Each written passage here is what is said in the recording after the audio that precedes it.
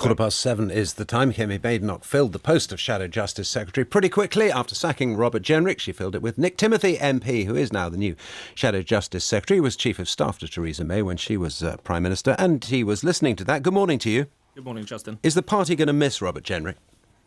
Well, look, I think what yesterday really showed was the difference between the parties in British politics today. While the public are absolutely sick of the backbiting and the backstabbing and, frankly, the lack of seriousness that politicians have shown when the country faces very serious problems, and that did take place at the end of the last Conservative government. It takes place every day with this Labour government. It takes place inside the Reform Party. When Kemi was presented with irrefutable information, she acted very decisively, very bravely, and that's the kind of leadership she has to offer, and the Conservative Party will move on from Robert Jenrick. If you are a serious supporter of the Conservative Party, what are you being told this morning then, for instance, about how you politically differ from him?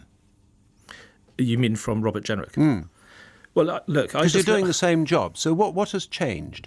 You mean me personally to Robert? Yes. Well, look, I'm not going to set out my prospectus as the Shadow Justice Secretary this morning. I've just accepted the job. It's a very serious job.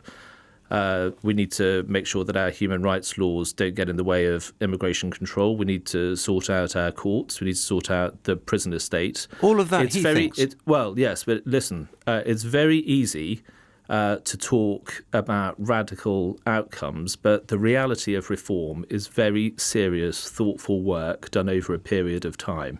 If we're going to get things like the prison estate right, that's going to take into account not just sentencing policy and recruitment and retention of staff. It's taking into account things like planning, law and development, because we've got to modernise the estate and get new prisons built.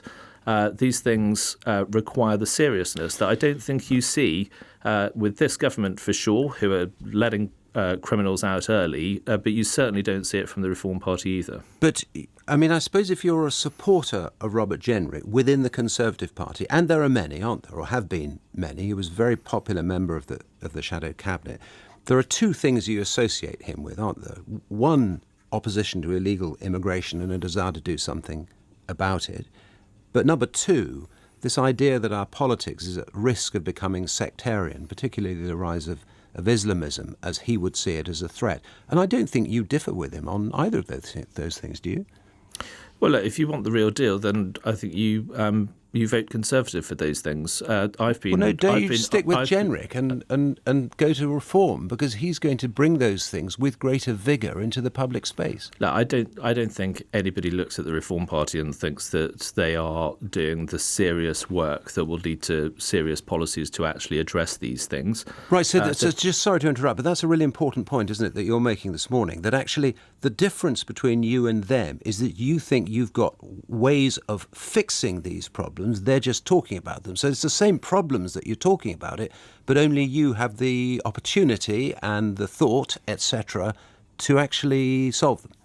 It's not difficult to observe the problems with the country. We need a new economic model. We need to restore our lost sense of shared identity. We've got to completely transform the state so that we can get things done.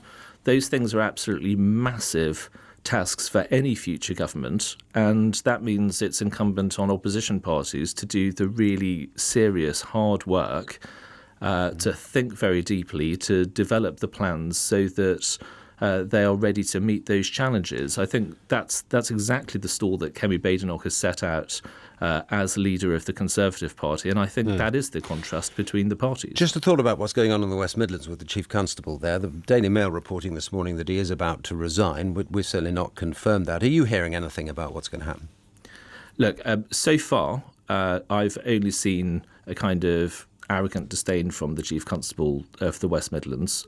We don't know that he's about to resign.